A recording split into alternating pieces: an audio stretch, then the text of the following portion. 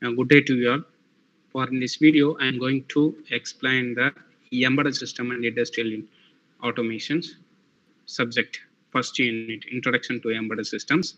For this video, I have to focus only for introduction to embedded system and basic components used in a embedded system. So before we have to see for this topic, we have to know about for in this particular subject. First three units covered by embedded systems and last two units covered of basic industrial automations.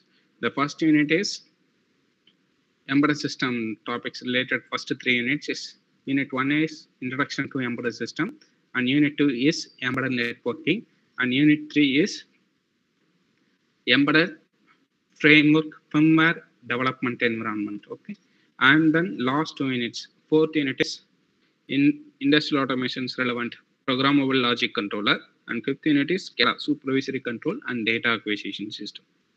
Okay, for this video I have to explain unit 1 introduction to embedded systems, so definitions of embedded system, and then what are all the basic components used in embedded system.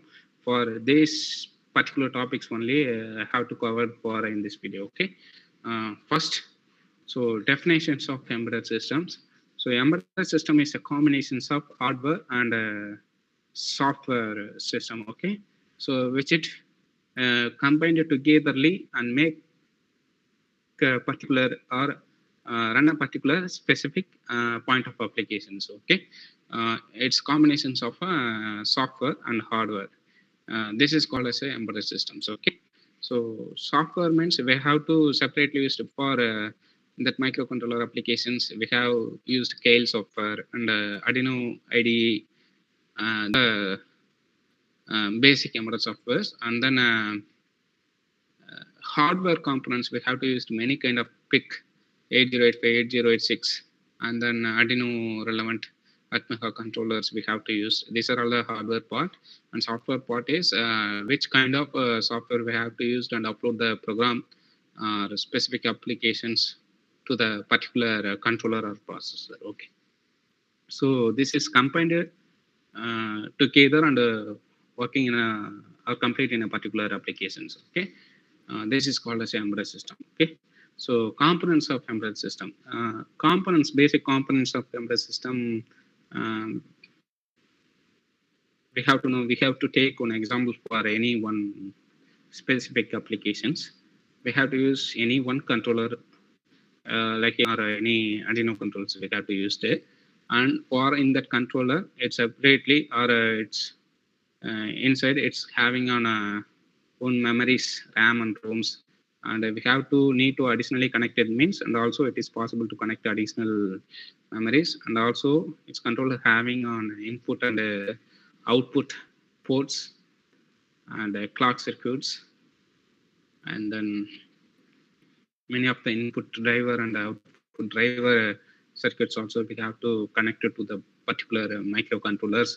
It is combined together and to done a particular applications. Okay, so it's this kind of many kind of basic components we have to use for the particular applications in embedded systems. Okay, so these basic components we have to discuss in this video. Okay, this is a general block diagram of embedded system. For in that case, uh, for in the left side power supply, reset and oscillator circuits.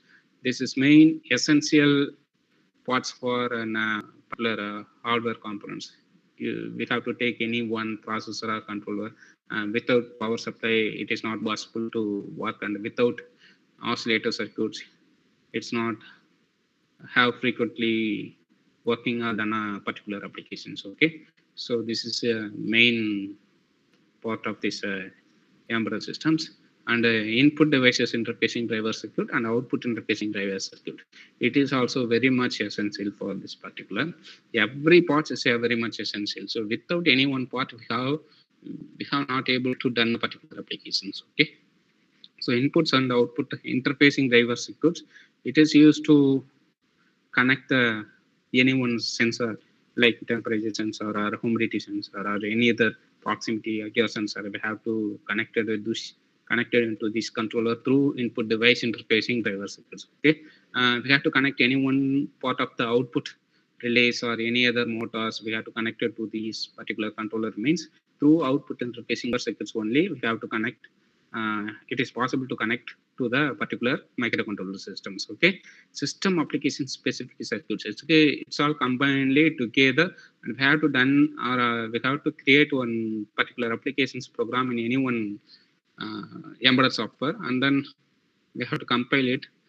So without error means we have to need to upload this particular program to that microcontrollers or processors. Okay, it's having an inbuilt processor memories and data memories, and it's also having communications port, serial and parallel communications port, and all microcontrollers or processor having timers and interrupts. Okay, so these are all very much essential and basic components of the embedded systems. Okay, so this is all the details about important structural units of embedded systems. So the first one is embedded hardware units.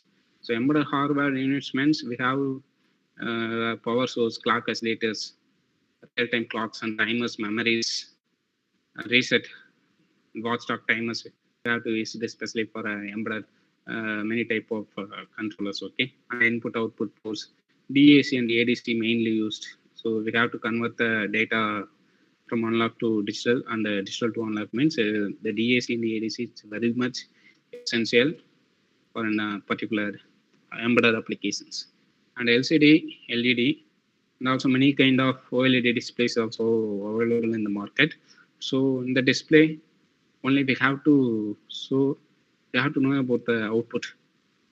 For example, we have to read any one temperature data or when humidity data means that values will be displayed in a particular displays. Okay, and also we have to use this, some kind of keypad and keyboards. Okay, so embedded software, many type of softwares be available. We have to first configure and installation of the software and the runtime environment, the application software itself. And these are all the basics flow for software configurations. Okay, so power source. So many of the high performance, high range processors and controllers working on a 5-volt power supply, and then below that performance type of particular type of controllers and processors available that are all working in a 3.3 volt to 0.3 voltage. Okay, and then clock oscillators and clocking units. It's main of the heart of the controllers or processor, because uh, we have to continuously check the many kind of lines and the machines code instructions one by one. So how it will be working togetherly and how it will be working in a speed, that are all determined by clock oscillator circuits. Okay, clocks and timers we have to use for the separated clock and time relevant related to the applications. So watchdog timers, it's internal and in the external watchdog timers also available. We have to reset the particular processors or controllers. We have to use for the watchdog timers. And memories, although many type of memories will be used for the different kind of applications. We have to go for a large applications means we have to select more memories. We have to go for a smaller applications means we can select for a smaller amount of memories. It's enough to drive that particular applications. Okay, so many of the memories, internal fast memory sticks, RAM ROMs, many of the memories also there, and caches particular applications will be working in the caches or background data will be stored in a particular external primary memories. Okay, and the input output ports, it is mainly used to one type of controllers. It's communicated to the real world parameters. Okay, so through input on output ports only it is possible to connect. So on many type of there. So without communicating to program in a particular controller or processors, and we are not able to connect the inputs and outs also. Okay, so buses is nothing but in internal architecture of the microprocessor or controller, and the many kind of ports available, that and all ports will be connected togetherly through the bus system. Okay, collection of wires. So many type of buses and communication protocols will be there in a embedded system. So So these are all EDS in the ADC also available. LED, LCD, touchscreen, keyboards, and interrupt handler. That and all will be available. That and all it's basic components for embedded systems. Okay, so without this are all, we are not able to run a particular specific applications via embedded systems. Okay, we have to see for next topic in the next video. Okay, thank you.